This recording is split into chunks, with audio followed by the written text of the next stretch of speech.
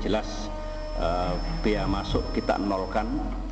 Kita juga bicara dengan importir kedelai, karena tidak setiap saat, tidak tiap hari harga kedelai itu meningkat. Tentunya tidak logis kalau di Indonesia tiap hari juga meningkat harganya.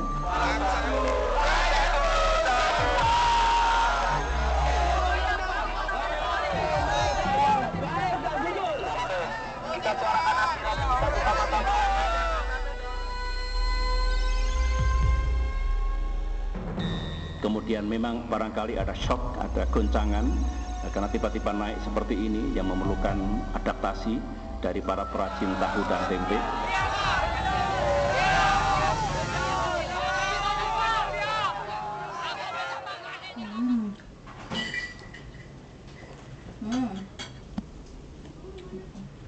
Enak.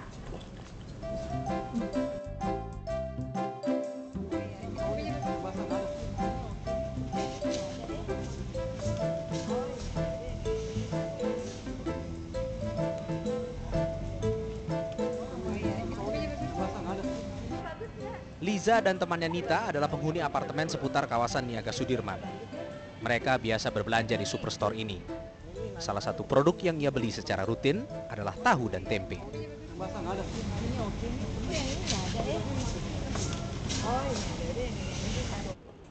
Liza biasa membeli tahu dan tempe 3 kali dalam seminggu, karena Liza suka sekali tahu dan tempe. Namun, ia tidak begitu khawatir jika pasokan tahu dan tempe habis, karena toh ia juga bisa membeli makanan lain. Mungkin udah seleranya khas kita udah Indonesia, pasti sukanya biasanya tempe ya. Biasa kan karena udah kebiasaan dan keseleraan kita ya. Saya biasanya tempe goreng doang, kalau nggak di sambal aja, kalau nggak dikasih kecap udah gitu aja. Emang enak nggak gitu? Enak sih, namanya selera ya. Sejak harga kedelai impor naik, produk olahannya seperti tahu dan tempe memang berkurang. Produk olahan kedelai lainnya juga terancam berkurang. Antara lain susu kedelai, tahu co, kecap, bahkan puding kedelai. Produk seperti itu bagi sebagian orang adalah makanan sehari-hari dan diyakini baik untuk kesehatan. Tahu dan tempe disukai sebagian besar orang, mulai dari tahu dan tempe gorengan, tahu gejrot, kembang tahu, dan tahu Sumedang. Makanan-makanan itu mudah didapat dan murah, baik sebagai kudapan atau makanan utama. Nah, kembali 6.000 ya Neng ya, makasih ya. Ayo ya. Wes, apa nih? Ya, apa lagi? Tomat. Tahu dan tempe juga menjadi pengganti asupan protein dari daging bagi masyarakat kurang mampu. Hari itu Sumarmi berbelanja di Pasar Kebayoran Lama dengan harap-harap cemas. Ia khawatir harga tahu dan tempe akan semakin melambung. Selama 2 pekan terakhir harga tahu dan tempe naik 2 kali lipat di pasar tradisional. Nggak usah 5.000, 4.000 aja.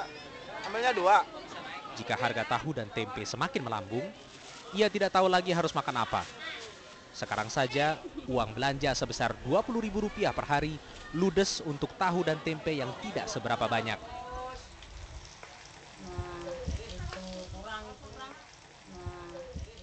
Ya tempe sekarang kan mahal, minyak goreng mahal, apa-apa mahal, beras mahal, daging mahal, apalagi daging. Ini makan apa lagi nih, beras mahal. Tapi yang paling dirugikan sebenarnya adalah perajin tahu dan tempe. Karena kenaikan harga kedelai, biaya produksi tahu dan tempe pun melambung. Mereka terpaksa menaikkan harga jual untuk menjaga kualitasnya. Ya kesulitannya kalau saya produksi harganya segitu, saya nggak bisa produksi. Nyerah saya. Mendingan saya nggak jualan tahu. Soalnya tahu sudah ada batasnya, ketebalannya. Kalau saya tipisin lagi rusak. Konsumen tidak mau. Indonesia menggantungkan pasokan kedelai di dalam negeri dari luar negeri. Kebutuhan kedelai masyarakat mencapai 2 juta ton per tahun. Produksi kedelai lokal hanya mencapai 600.000 ton per tahun. Sedangkan kedelai impor dari Amerika sebesar 1,36 juta ton per tahun. Pada awal tahun 2007, harga kedelai impor mencapai Rp3.450 per kilogram. Harga ini perlahan-lahan naik hingga puncaknya mencapai Rp7.250 per kilogram.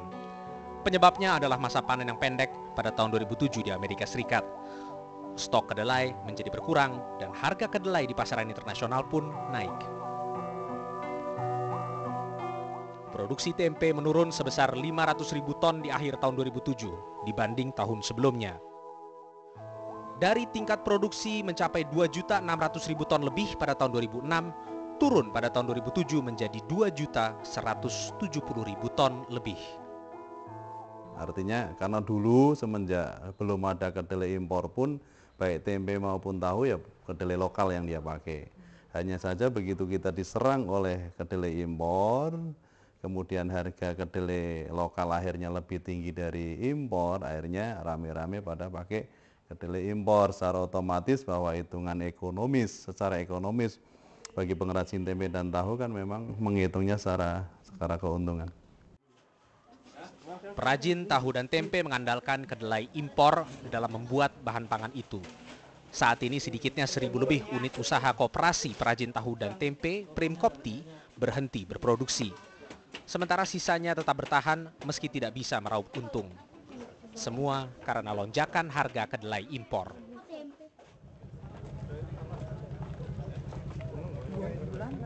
Sejumlah langkah ditetapkan pemerintah untuk mengatasi krisis kedelai. Salah satunya adalah menghapus bea masuk impor kedelai dan meningkatkan produksi lokal kedelai.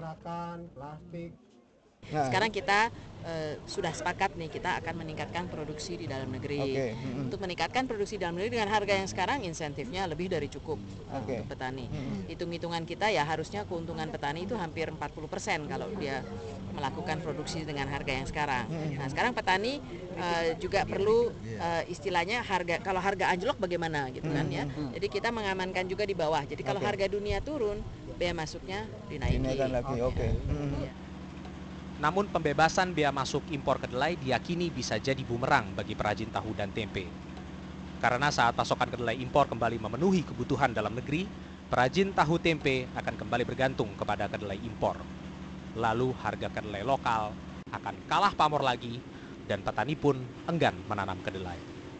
Apapun yang terjadi ini kita harus sinergi, petani juga harus gairah nanam, pengrajin juga menerima kedelai juga nggak harus terlalu tinggi, konsumen juga harus menikmati bahwa tempe tahu itu nggak terlalu mahal. Jadi tiga-tiganya itu harus nyambung gitu. Tapi kalau kita maunya ya 3.000, tapi kan petani nggak akan mungkin bisa nanam. Kedelai dunia pun nggak akan mencapai harga ke situ gitu loh. Nah ini harus tiga-tiganya harus nyambung.